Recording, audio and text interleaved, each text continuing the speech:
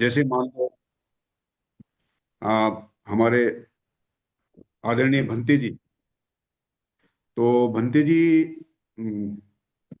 ने जैसे वो रिएक्टिव माइंड और क्रिएटिव माइंड, तो इसको आप ऐसे भी कह सकते हो कि जैसे हमारा जो मन होता है, पॉजिटिव माइंड और नेगेटिव माइंड, मतलब आ, हमारा जो मन है उसको एक तरह से दो भागों में बटा हुआ है। हम्म। अब ये दो भाग कैसे हैं? एक तो मतलब हमारा सचेतन मन कह सकते हो, सचेतन मन, चेतनशील कहते कह सकते हैं, या कॉन्शियस माइंड कह सकते हैं। और दूसरा जो होता है सब कॉन्शियस माइंड। सबकॉन्शियस माइंड मतलब वो अचेतन मन। आ, तो ये जो अचेतन मन है और चेतन मन है, तो इनकी जो पावर है, ताकत जो है, आप ऐसा कह सकते हो कि 90% से भी ज्यादा ताकत जो है या पावरफुल है हमारा अचेतन मन होता है। और ये जो हमारे शरीर को जो चला रहा है, हमारे शरीर के जो अंदर के अवयव हैं, मतलब जो भी हमारे बॉडी में, चाहे हार्ट है, किडनी है, हमारा सांस का कंटिन्यूस चलना, शरीर का अ, हलचल, तो ये क्या ये सबकॉन्शियस माइंड चलाता, जो हमारे अंदर के जो अवयव होते हैं, अंदर के जो भी बॉडी पार्ट्स हैं, उनको चलाने वाला कौन है? हमारा सबकॉन्शियस माइंड होता है। और ये जो कॉन्शियस माइंड है, तो इसकी पावर 10% मानो, और 90% पावर क्या है? सबकॉन्शियस माइंड की होती है। तो मैं ये भी बताने वाला हूं कि ये जो संसार में, दुनिया में बहुत से लोग बहुत सुखी मिलेंगे, और बहुत से लोग बहुत दुखी मिलेंगे। बहुत से लोग बहुत दरिद्र मिलेंगे, गरीब मिलेंगे, बेचारे मतलब पूरे जीवन बहुत मेहनत करते हैं, मतलब बहुत ही हार्ड मेहनत करते हैं, लेकिन फिर भी क्या, दरिद्रता उनके साथ रहती है। फिर भी वो मतलब आर्थिक रूप से सुखी नहीं हो पाते। और बहुत से क्या है, मतलब ज्यादा मेहनत भी नहीं करते, लेकिन फिर भी उनके साथ बहुत सारे मतलब आर्थिक संपन्नता, मतलब कहना चाहिए, मतलब बहुत सारे बहुत धनाढ़ होते हैं। मतलब ज्यादा कुछ करते नहीं शरीर से, लेकिन फिर भी बहुत ज्यादा धनाढ़ पैसे वाले होते हैं। तो ये सब ऐसा ऐसा क्यों होता है? ऐसा तो तो ये सब इसका जो मेन रीजन है, वो मेन रीजन अगर आप गहराई से चिंतन करेंगे, तो ये सारा हमारा जो मन है, ये इसी का ही काम है। हमारी जो सोच है, हम हम क्या हैं? हमारी जो सोच के जैसी हमारी सोच होती है, वैसे ही हमारा मन होता है। हम वही बन जाते हैं जो हमारी सोच बनाती है हमें। हम पॉजिटिव सोचते हैं तो हमें मतलब अच्छा, हमारा मन अच्छा बनता है।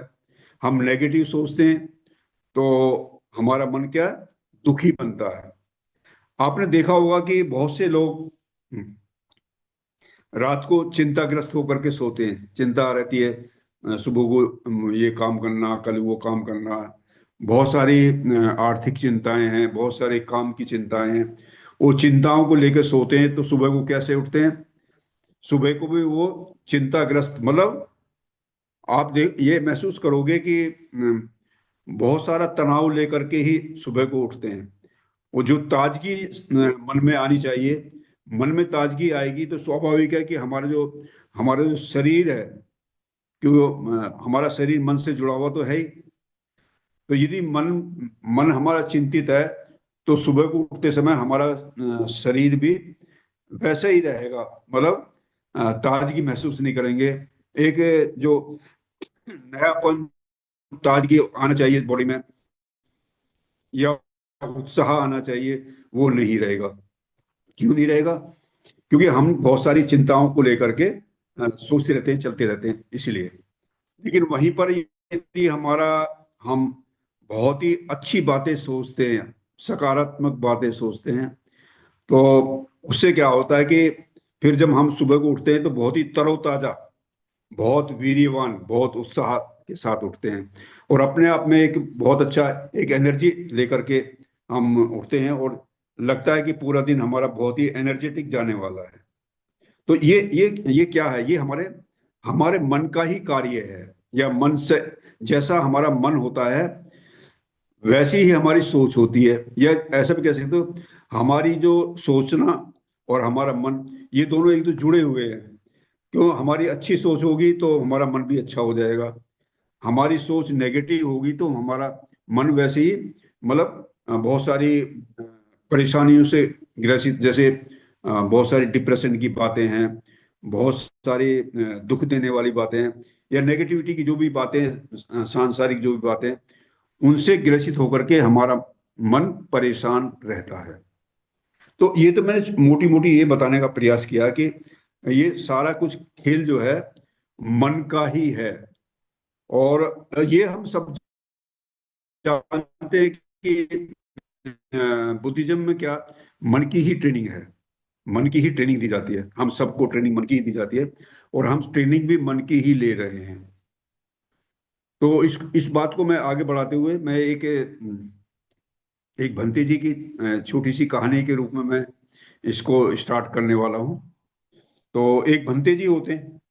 तो भंते जी अपने शिष्यों को जैसे कुछ बात बताते हैं उसके बारे में, कि ये जो हमारा जो कॉन्शियस माइंड है और सबकॉन्शियस माइंड, इसके बारे में वो बता रहे थे कि हमारा जो ये कॉन्शियस माइंड है, ये केवल 10% ही रहता है इसकी पावर, और सबकॉन्शियस माइंड की जो पावर होती है 90% होती है। या ऐसा भी कह सकते हैं कि मतलब हमारा जो सबकॉन्शियस माइंड है वो मालिक होता है, मतलब वही चलाता है, और कॉन्शियस माइंड जो है उसका क्या, वो नौकर है। ऐसा भी कह सकते हो इसको। अगर इनका दोनों का रिश्ता बनाओगे तो ऐसे ही निकले का आएगा। तो जो अंदर का जो मालिक होता है वो ज्यादा पावर वाला होता है। तो इसको ऐसे समझ सकते हो, जैसे मान लो आदमी को कभी भी गुस्सा आ जाता है बहुत सारी बातों पर, तो गुस्सा ऐसे ही नहीं आ जाता, क्योंकि वो हमारे सबकॉन्शियस माइंड में पहले से पड़ा रहता है। हमारे सबकॉन्शियस माइंड में वो गुस्सा रहता है। तो वो गुस्सा रहेगा, और वो गुस्सा कैसे बनता है उसको मैं आगे चल के बताऊंगा मैं। तो वो गुस्सा तुरंत आ जाएगा। या हमारी जो बहुत सारी जैसे आलस आलस की जो फीलिंग्स होती है, मतलब आलस से आ रहा है, या काम वासना की जो फीलिंग्स है, हमारी काम काम वासना की बातें हैं, तो ये सब क्या हमारे ये सबकॉन्शियस माइंड में ऑलरेडी हैं पहले से ही, जो संस्कार के रूप में वो ऑलरेडी जाते थे। होता क्या है कि हमारा जो ये जो सबकॉन्शियस माइंड जो है, ये जो भी एक्टिविटी चल रही है वर्तमान में, जो भी हम जो भी दृष्टांत या जो भी हम देख रहे हैं, बातचीत कर रहे हैं, लोगों को सुन रहे हैं, तो subconscious mind as it is वो क्या, वो लेता रहता है, अंदर उतारता रहता है। वो कभी तर्क वितर्क नहीं करता। जो सबकॉन्शियस माइंड है कभी तर्क वितर्क करता नहीं है। वो एज इट इज हमारा जो वो माइंड में वो ऐसे ही जाता रहता है, स्टोर होता रहता है। अंदर बहुत बड़ा स्टोर है, बचपन से लेकर के अभी तक बहुत सारी घटनाएं, बहुत सारे ऐसे जो सीन हैं, या बहुत सारी घटनाएं, वो सब क्या हमारे सबकॉन्शियस माइंड में स्टोर के रूप में, वो हमारे रिस्टोर के रूप में अंकित हैं, मतलब हमारे संस्कार के रूप में कह सकते हो, संस्कार के रूप। तो संस्कार के रूप में जो अंकित होता है वही सबकॉन्शियस माइंड उसको इकट्ठा करके रखता है। लेकिन कॉन्शियस माइंड जो है, कॉन्शियस माइंड क्योंकि वो तर्क वितर्क करना जानता है, बहुत ज्यादा तर्क वितर्क करते हैं। बहुत सारे पढ़े लिखे लोग किसी बात को वैसी आसानी से मानते नहीं है। आपने देखा होगा कि जो पुराने समय के लोग जो जो बेचारे पढ़े लिखे नहीं होते थे, और बहुत ही सिंपल लाइफ जीते थे, बहुत सिंपल। और जैसे किसी बड़े आदमी ने बता दिया, किसी बात को बता दिया कि आपको ऐसा जीना है, ऐसा करने से ऐसा हो जाता है, मतलब बहुत सारी बातें, तो वो मान लिया करते थे कि हाँ ऐसा हो जाता है। तो जब वो ऐसा मान लेते थे तो स्वाभाविक है कि वो सुखी भी बन जाते थे, बहुत सुखी होते थे। लेकिन आज के टाइम में, मॉडर्न टाइम में क्या है, ये जो हमारा कॉन्शियस माइंड है या चेतन मन जो है हमारा, वो आसानी से कोई चीज मानता नहीं है। जैसे मान लो, सपोज करो, एग्जाम्पल के तौर पे बताना चाहूंगा। जैसे कोई एक आपको बताता है कि वो ध्यान करने से या ध्यान करने से, पूजा वंदना करने से आदमी को, मतलब लगातार एक ही चीज को मंत्र चैंटिंग करने से बहुत फायदा होता है। और जो पढ़ाई का तर्क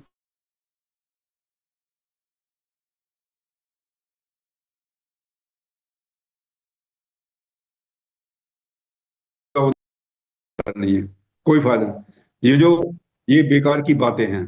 तो कहने का मतलब ये है कि ये कॉन्शियस माइंड वैसे मानता नहीं है, मैं नहीं मानता, पूरा इस बात को नहीं मानता। वो तर्क के आधार पर करने का प्रयास करेगा, जो वर्तमान में मैं देख रहा हूँ उसी हिसाब से मैं चलूंगा, उसी हिसाब से चलने का प्रयास कर। तो ये ठीक भी है, लेकिन क्या है कि जो ज्यादा पावर का जो हमारा जो मतलब मन होता है, वो सबकॉन्शियस माइंड होता है, जब तक उसके अंदर अच्छी बातें नहीं जाएंगी तो तब तक हमारा रिजल्ट जो है वो परिणाम अच्छा आएगा ही नहीं, परिणाम अच्छा आने वाला नहीं है, मतलब हम सुखी होने वाले नहीं है। तो ये तर्क वितर्क करने वाले कॉन्शियस माइंड जो है, ये अच्छी बात भी जाने से क्या रोक देता है, रोकता है। ये एक तरह पहरेदार का काम करता है। तो अब जैसे भंते जी अपने शिष्यों को ये सब कुछ बता रहे थे, तो उनमें से एक शिष्य बोलता है कि भंते जी, क्या आप ये कहना चाहते हो कि हमारा जो अंदर का जो मन है, मतलब ये मतलब वही वही करता है सब कुछ, मतलब दो मन हो गए, एक अंदर का मन, एक ऊपर का मन, तो वही सब कुछ देखता करता, उसी के हिसाब से चलता है। तब भंते जी ने बताया कि मैं इसके लिए एक छोटी सी कहानी के रूप में मैं आपको समझाने का प्रयास करता हूँ कि कैसे सबकॉन्शियस माइंड काम करता है और कैसे एक कॉन्शियस माइंड करता है। तो तब भंती जी ने एक छोटी सी कहानी बताने का प्रयास किया। उन्होंने कहा कि एक बहुत बड़ा शहर होता है, नगर होता है, और उसमें बहुत ही धनाढ्य व्यक्ति होता है एक, और धनाढ्य व्यक्ति ने बहुत ही बढ़िया आलीशान कोठी बना रखी थी। जैसे कोई कॉलोनी कॉलोनी होती है अच्छी, पॉश कॉलोनी है, मॉडर्न टाइप कॉलोनी है, तो उस कॉलोनी में बहुत अच्छी कोठी बनाई। और उस कोठी में एक मतलब एक वो होता था जिसे पहरेदार कहते हैं, या कहना चाहिए जो देखभाल करता है, कोई कौन आ रहा कौन जा रहा है, उसको पहरेदार मान लो या चौकीदार मान लो, चौकीदार शब्द सही है। तो वो चौकीदार हमेशा तैनात रहता था उसके कोठी पे, ये वो सिर्फ यही देखता था, तो कौन आ रहा है कौन जा रहा है, ये देख। तो होता क्या है कि वो जो मालिक जो होता है, तो वो मालिक जो आए दिन बहुत सारा झगड़ा करता है, मतलब झगड़ा करता है, परिवार में झगड़ा करता है। और जब वो झगड़ा करता है, शोर मचाता है, तो आसपास की कॉलोनी में सबको डिस्टर्ब होता है कि यार कितनी अशांति फैला रहे हैं यार ये लोग, और हम भी अपना काम प्रॉपर तरीके से नहीं कर पा रहे। जो जब अशांति फैलती है तो सब प्रभावित होते हैं। तो वो फिर क्या, बहुत सारे लोग वो जो चौकीदार होता है उसके पास आते हैं और उससे कहते हैं कि इनको, भाई देखो तुम्हारे तुम्हारे कोठी से, तुम्हारे मकान से बहुत सारी आवाज आते हैं, और हमारे बच्चे भी नहीं पढ़ पाते, हम भी शांति से नहीं सो पाते, यार थोड़ा उन्हें समझाओ ना, उन्हें समझाओ। अब क्यों, वो बड़ा मालिक होता, उसको समझाने की तो हिम्मत किसी की नहीं है। लेकिन वो कहते हैं नूर, नूर, नूर आप थोड़ा अपने मालिक को थोड़ा समझाओ कि वो जो है वो ऐसा शोर ना करें, जिससे कि हमारी कॉलोनी में शांति बनी रहे। तो तब वो चौकीदार कहता है कि नो, नो भाइयों, आपकी बात बिल्कुल सही है, इस अशांति से मैं भी ग्रसित हूँ, मुझे भी दुख होता है। मैं, ऐसी बात नहीं है कि मैं परेशान नहीं होता, मुझे मुझे भी परेशानी होती है, जब वो शोर मचाता है तो मुझे भी परेशानी होती है। लेकिन भाइयों, मैं बताओ मैं क्या करूं, मैं कुछ नहीं कर सकता। वो मालिक है, मैं कुछ नहीं कर सकता। तो अब ये जो मालिक है, ये हमारा सबकॉन्शियस माइंड है। और ये कॉन्शियस माइंड क्या है? ये चौकीदार है। तो वो, अब उसकी बात भी सही है। अब वो कहता है कि अब मैं कैसे बताऊं।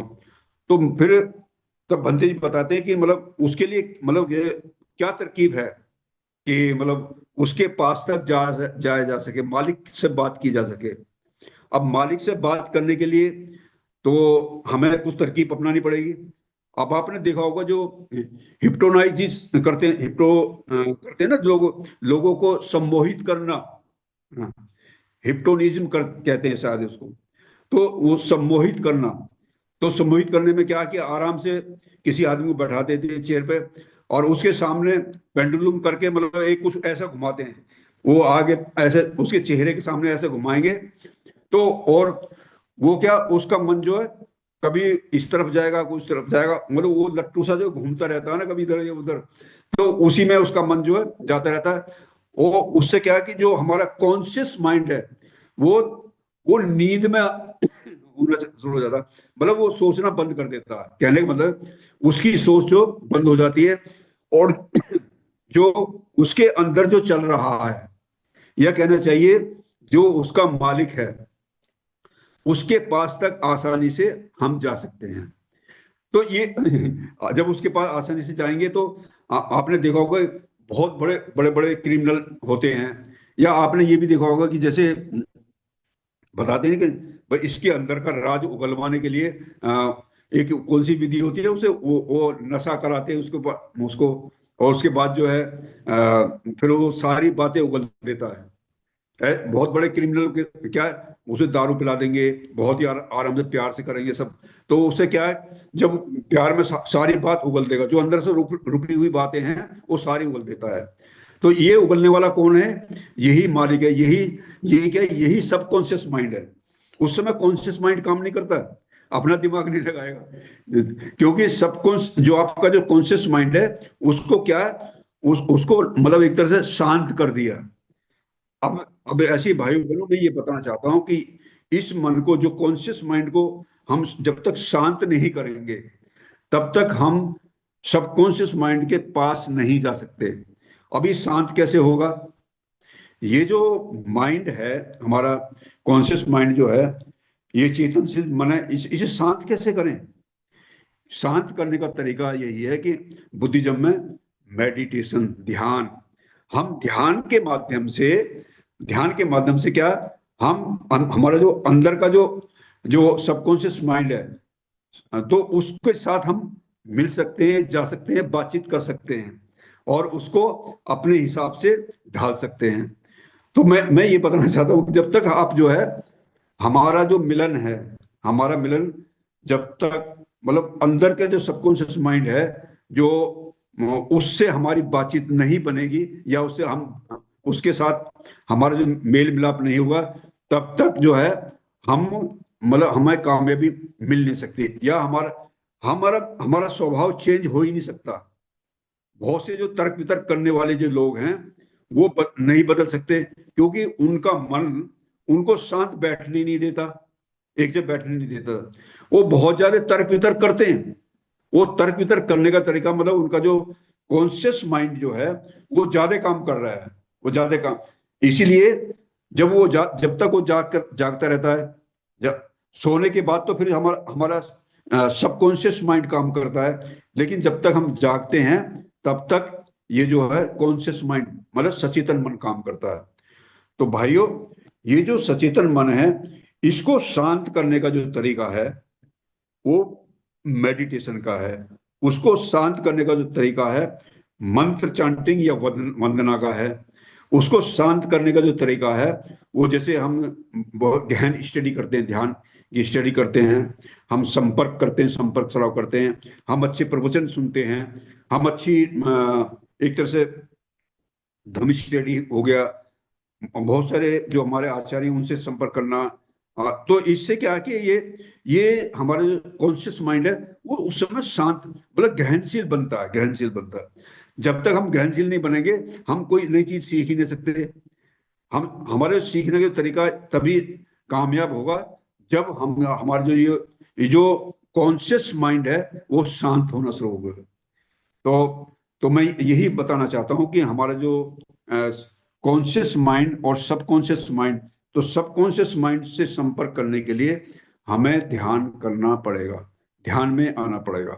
तो इसी के साथ ही मैं एक चीज और एक स्टोरी के रूप में मैं और भी मैं बताने का मैं प्रयास करूंगा, मतलब किस तरह से ये हमारा जो हमारा सबकॉन्शियस माइंड और कॉन्शियस माइंड काम करता है। होता क्या है, तो ये भी एक छोटी सी कहानी है, उसको मैं इस कहानी के माध्यम से भी मैं बताने का मैं प्रयास करूंगा। एक युवक होता है, आ, बहुत ही अच्छा पढ़ा लिखा आदमी है, ऐसे नहीं मतलब बहुत अच्छा पढ़ा लिखा आदमी होता है। वो पढ़ा लिखा आदमी होने के साथ साथ बहुत आ, तो लेकिन वो अपने जीवन में बहुत प्रयास किया, लेकिन उसको जैसा वो चाह रहा था जीवन जीना, या अपने जीवन में जो उद्देश्य प्राप्त करना चाह रहा था, तो वो उद्देश्य उसको प्राप्त नहीं हुआ। मतलब वो अपने मिशन में या अपने जीवन में फेल हो गया। और जैसे ही वो फेल हो जाता है तो उसके मन में बहुत सारी नेगेटिविटी, मतलब कि मैं तो ऐसे ही रहूंगा, मैं हमेशा फेल रहूंगा। वो होता है हर आम जीवन में होता है। हम भी यदि किसी बात को लेकर हम फेल होते हैं तो हमारे अंदर भी बहुत सारी नेगेटिविटी आ जाती है, बहुत सारे हम अकुशल बातों में सोचना शुरू कर देते हैं। तो ऐसे उस युवक के साथ होता है। तो वो युवक जो है, उसके अंदर जो बहुत ज्यादा ऐसे विचार आते हैं कि क्या है, सांसारिक जीवन जो बेकार है, ऐसे विचार आते हैं। तो क्यों ना मैं भी एक भंते के रूप में, क्यों ना मैं भी एक भंते के रूप में अपना जीवन व्यतीत करूं। तो वो क्या काम करता है, वो भंतों की शरण में जाता है, बौद्ध भिक्षुओं की शरण में जाता है। और तो बौद्ध भिक्षुओं के शरण में जाने के बाद वो क्या कि मुझे भी चीवर लेना है, और वो उसको चीवर दे देते हैं कि वो पढ़ा लिखा आदमी है। लेकिन उसके अंदर के जो जो संसार है, उसके मन के अंदर जो संसार घुसा हुआ है, वो हमेशा उसके साथ है। तो होता क्या है, वो बौद्ध भिक्षु बनने के बाद वो जैसे ही शहर में भिक्षाटन के लिए जाता है, और भिक्षाटन के लिए जाने के बाद वहां देखता है कि कोई सुंदर महिला है। तो उस महिला को देखते साथ उसका मन क्या, वो आकर्षित, वो उसी में खो जाता है। वो महिला के उसमें ही उसका मन चला जाता है। और जैसे ही उसका मन उसके महिला के उसमें जाता है तो वो परेशान हो जाता है।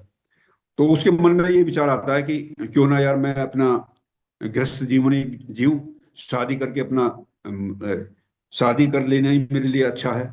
बेकार मैं यहाँ पर मैं बनते बन गया।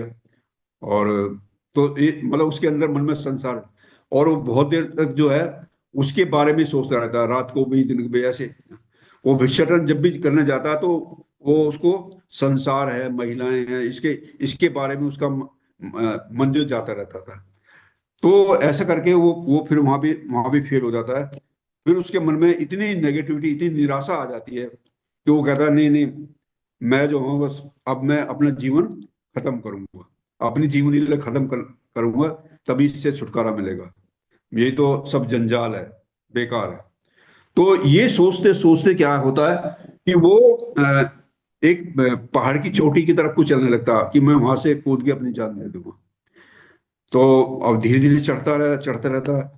तो जब वो लास्ट उस पे चोटी पे पहुंच जाता है, तो वहां जैसे ही उसने जो और उसके आंखों में वो रोता रहता है, आंखों में आंसू रहते कि मेरा सब जीवन बेकार गया, मेरा ऐसा, मैं तो परेशान हो गया, ये हो गया। तो ये सब चलता रहता है उसके मन में।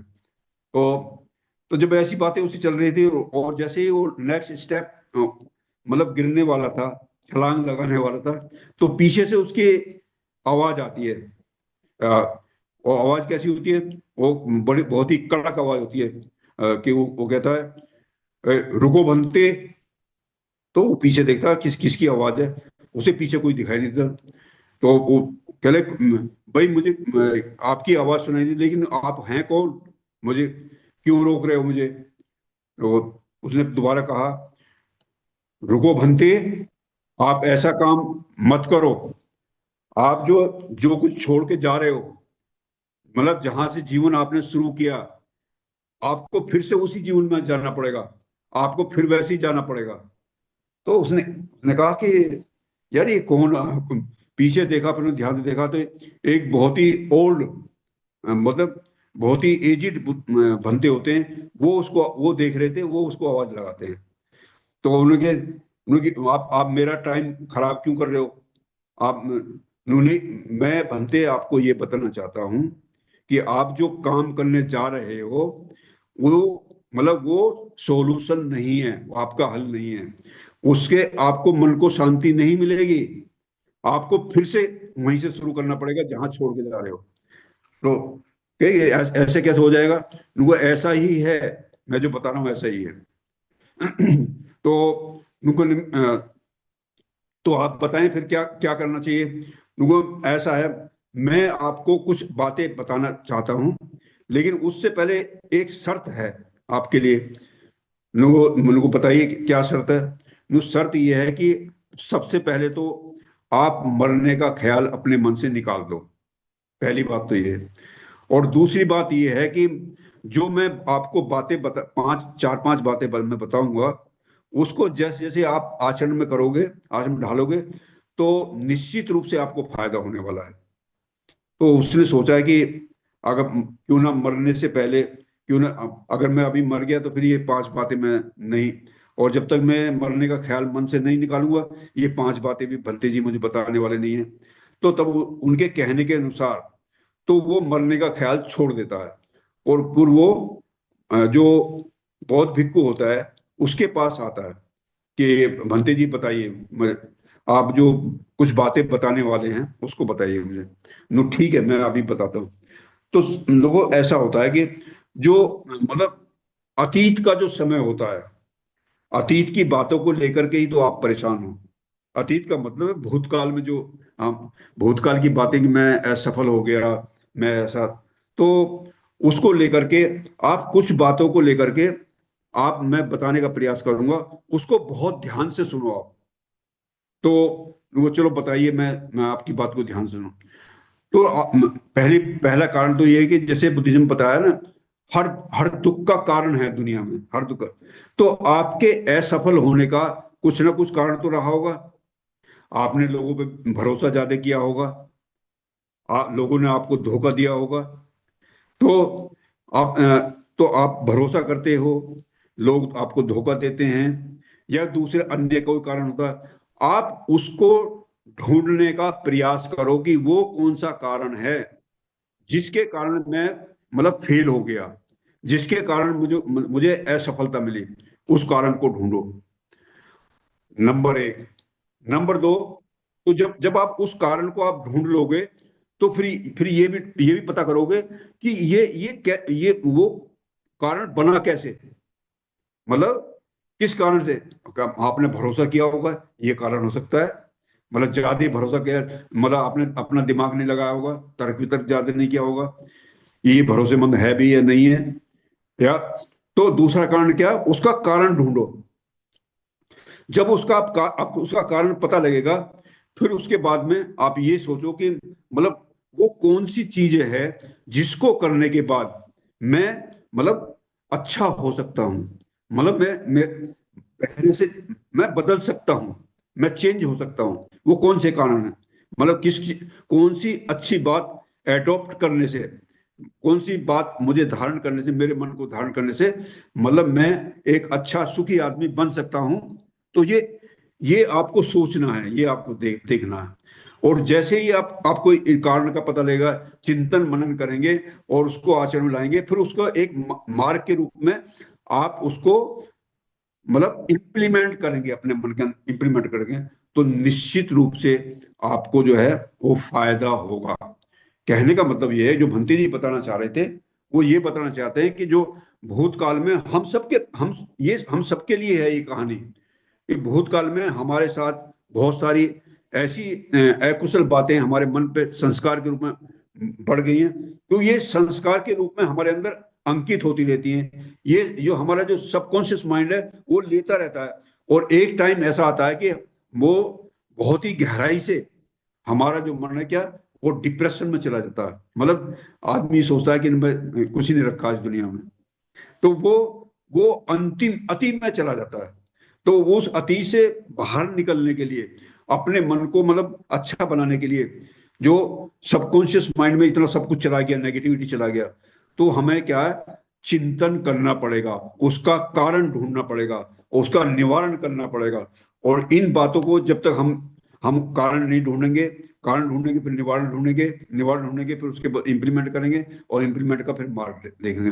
तो जब तक हम ऐसा नहीं करेंगे, तब तक सही मायने में हम सुखी हो नहीं सकते। तो कहने का मतलब है कि अतीत को भी हम चेंज कर सकते हैं। अतीत से जो हमारे अंदर जो नुकसान हुआ है, उसको हम बदल सकते हैं। अतीत को नहीं बदल सकते, लेकिन वर्तमान में रह करके हम उसको भुला सकते हैं, या वर्तमान को हम अच्छा बना सकते हैं। ये भंती जी का कहना था। तो भाइयों बहनों, तो मैं आज जो कुछ बातें हैं मैं बताने का या देने का जो प्रयास कर रहा हूं, मैं यही प्रयास कर रहा हूं कि ये जो हमारा जो कॉन्शियस माइंड है या चेतनशील जो मन है, ये हमें मतलब हमारे जो अचेतन मन है उससे हमें मिलवाता नहीं है।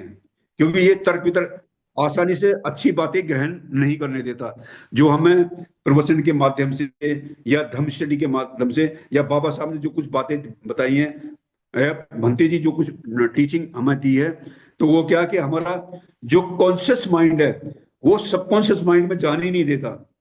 ये मैं बताना चाहता हूं। तो इसीलिए इस कॉन्शियस माइंड को शांत करने का जो तरीका होता है, वो जैसे शांत बैठना अपने आप को, या ध्यान करना, मेडिटेशन करने। अब जैसे मेडिटेशन करने से कौन कौन से फायदे होते हैं, आप अब स्वाभाविक है कि मेडिटेशन करने से दो तीन फायदे जो भंते जी बताया करते हैं, भंते जी की भाषा में बताने का प्रयास करूंगा। भंते जी, आपको मतलब कंसंट्रेशन आती है, ये आपका आपका मन एकाग्र बन जाता है। पहला फायदा तो ये होता है। और दूसरा दूसरा फायदा होता है, उसे मतलब तल्लीनता, लगातार कंटिन्यूटी बनी रहती है। जब आप मन आपका एकाग्र होता है तो लगातार एकाग्रता बनाए रखता है मेडिटेशन से, ये फायदा होता है। और तीसरा जो फायदा होता है जो बंते जी बताते हैं, मतलब इंसाइट। इंसाइट मतलब आपको जो है इंसाइट नॉलेज, मतलब उसको प्रज्ञा की प्राप्ति कह लो, या कह दो जो हायर मानसिक अवस्था आपको मिलेगी। मतलब सारे संसार को देखने का जो नजरिया है वो आपको मतलब अच्छा बनेगा, वो अच्छा नजरिया बनता है। तो इसलिए जब तक हमारा मन शांत नहीं होगा, तब तक हम जो है, हम संसार को अच्छी तरह हम देख नहीं पाते, या संसार को देखने का जो हमारा नजरिया है वो बदलेगा नहीं।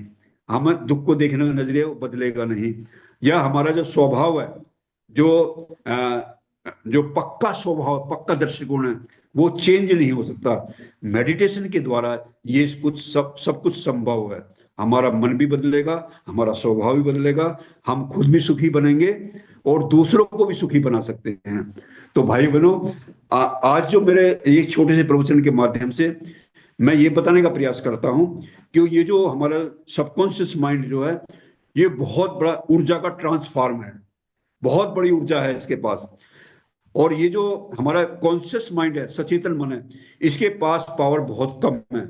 तो इस सचेतन मन को अचेतन मन से जोड़ने के लिए तो कुछ ना कुछ प्रयास करना पड़ेगा।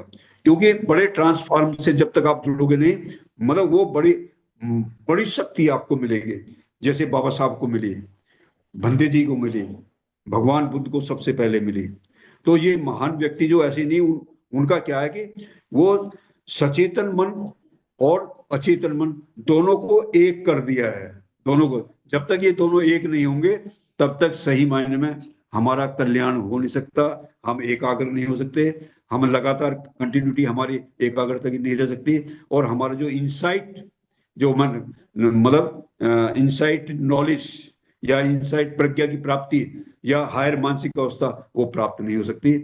तो मेरी बात को बहुत ही ध्यानपूर्वक आप लोगों ने सुना, और मैं यहीं पर अपनी बात को विराम देता हूं। आप लोगों का बहुत बहुत धन्यवाद।